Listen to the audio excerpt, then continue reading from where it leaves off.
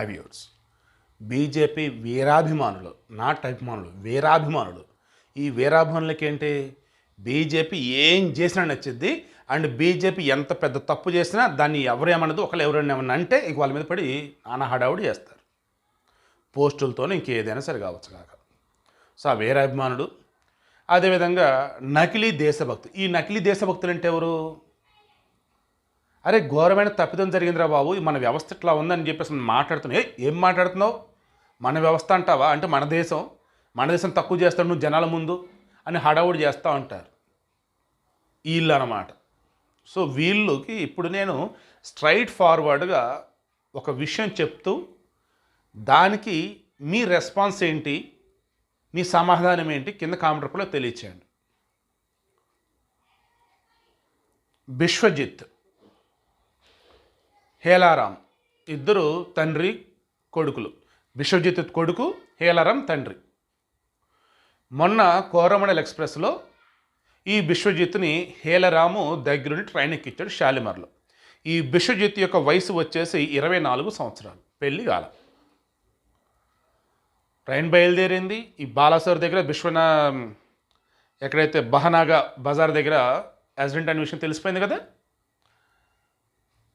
అక్కడ ఈ ప్రమాదానికి సంబంధించేసి విజువల్స్ అన్నీ చూసినటువంటి వాళ్ళు, ఈ హేలారాం కూడా ఉన్నాడు. దెబ్బగా భయపడిపోయి ఫోన్ చేశాడు.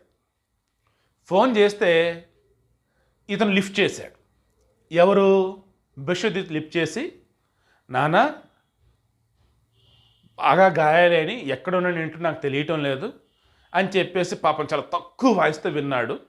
ఇమ్మీడియట్ త్వరగా రా అన్నాడు. ఇక అప్పుడు అంబులెన్స్ డ్రైవర్ని మాట్లాడుకున్నాడు, లోకల్గా అక్కడ ఉన్న పర్సన్. ఇక అక్కడి నుంచి అంబులెన్స్తో వస్తూనే ఉన్నారు. వస్తున్న మధ్యలో వచ్చేటప్పటికి మనోడు ఫోన్లు చేస్తూనే ఉన్నారు. పాపం ఇంకా రెస్పాండ్ అవ్వట్లా. ఇక ఆ తర్వాత వీళ్ళు చెప్పింది ఏంటి, మెరుగైన చికిత్స కోసం బాలాసోరు, భువనేశ్వరు, కటక్ వివిధ ఆసుపత్రులు ట్రీట్మెంట్లు అందిస్తున్నాం అన్నారు. పిల్లోడు ఫోన్ చేసినప్పుడు బతికే ఉన్నాడు కదా, చెప్పాడు కదా. ఇక వీళ్ళ కొడుకు విశ్వజిత్ కోసం ఇతను ఉన్నటువంటి బాలాసోరు ఆసుపత్రులు, భువనేశ్వర్ ఆసుపత్రులు అన్నీ తిరుగున్నాడు. ఎక్కడైతే ఈ పేషెంట్లు ఉన్నారో అన్ని చోట్ల తిరిగాడు. ఎక్కడ లేడు, ఫోన్ కలవట్లా. నా కొడుకు బతికే ఉండటం నమ్మకం ఉంది పాపం ఆయనకి. ఇక చివరిగా చనిపోయిన వాళ్ళు ఎక్కడున్నారయ్యా అని అన్నాడు. వాళ్ళ బహనాగా ఊరుంది కదా, అక్కడ ఒక స్కూల్ ఉంది, ఆ స్కూల్లో పెట్టారా, వెళ్ళి చూసుకో బాడీలో అని అన్నాడు. చుట్టుపక్కల మొత్తం డెడ్ బాడీస్. వెళ్ళాడు, స్మెల్ వస్తుంది డెడ్ బాడీస్ మధ్య. ఇక అలాగే ఒక్కొక్కరిని చూసుకుంటూ వెళ్తే కనీసం బాడీ అయినా దొరికిద్దని వెళ్తూ ఉంటే ఆ కుర్రోడు పాపం స్పృహలో ఉన్నాడండి. ఈ తండ్రిని చూసి చెయ్యి కదిలిచ్చాడండి. ఊరే భగవంతుడే, నా బిడ్డ బతికే ఉన్నాడు రా బాబు అని చెప్పేసి ఆ శవాల మధ్యలో ఉన్నటువంటి కొడుకు బిశ్వజిత్ని తీసుకొని మేఘాల మీద లోకల్గా ఉన్న ఆసుపత్రికి వెళ్ళాను. వాళ్ళు చేసిన ట్రీట్మెంట్స్ పెద్ద హాస్పిటల్కి వెళ్ళన్నారు. పెద్ద హాస్పిటల్లో బతికెళ్ళారు. భువనేశ్వర్లో ట్రీట్మెంట్స్ అన్నీ చేసేసి ఓకేనయ్యా ఇంకా బతికినట్టే. మరి ఇప్పుడు ఏంటంటే, బాబు ఇంకొద్దయ్యా ఇక్కడ, అంబులెన్స్ కూడా నాతోనే ఉంది, మేము వెళ్ళిపోతామని చెప్పేసి కలకత్తాకు తీసుకొని వెళ్ళాడు. ఇప్పుడు చెప్పండి, చెప్పిచ్చు కొట్టాలా, మొఖం తుపుక్కును ఉయ్యాలా, ఏం చేయాలి చెప్పండి మన అధికారుల్ని. మన దీనికి సంబంధించినటువంటి ఎవరైతే బతికిన వాళ్ళు ఎవరు, చచ్చిన వాళ్ళు ఎవరు అని చూసుకుంటూ ఉన్నారే వాళ్ళని ఏమనాలి చెప్పండి. ఇంత దారుణమా? మనిషి చలనం లేకుండా పడున్నాడు, బతికాడా చచ్చాడా, కనీసం ఏమంటారు శ్వాస అన్న చూడాలి కదరా దరిద్రులారా.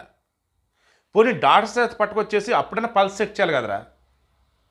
ఈ తండ్రి రావటం కొంచెం లేట్ అయినా పాపం మా బిడ్డ చనిపోయేవాడు. నిజంగా మృత్యుంజయుడని అనుకోవాలి ఆ పిల్లోడిని పాపం. యావత్ నేషనల్ మీడియా, లోకల్ మీడియా అంతా కూడా ఈ ఇష్యూని కవర్ చేద్దాం అనుకున్న మూమెంట్లో మరి ఏమైందంటే జస్ట్ సింపుల్గా చెప్పి వదిలేశారు. బట్ నేను సింపుల్ చెప్పదలుచుకోవాలా, అందుకు కూడా వివరంగా చెప్పుకుంటా వచ్చా. ఇప్పుడు చెప్పండి, ఏమనాలి చెప్పండి వీళ్ళని అధికారులు. పైపే హడావుడి తప్ప ఏమన్నా రూట్ లెవెల్లో ఖచ్చితంగా చేస్తున్నారా బాబు? అసలు సిగ్గుచేటు అసలు.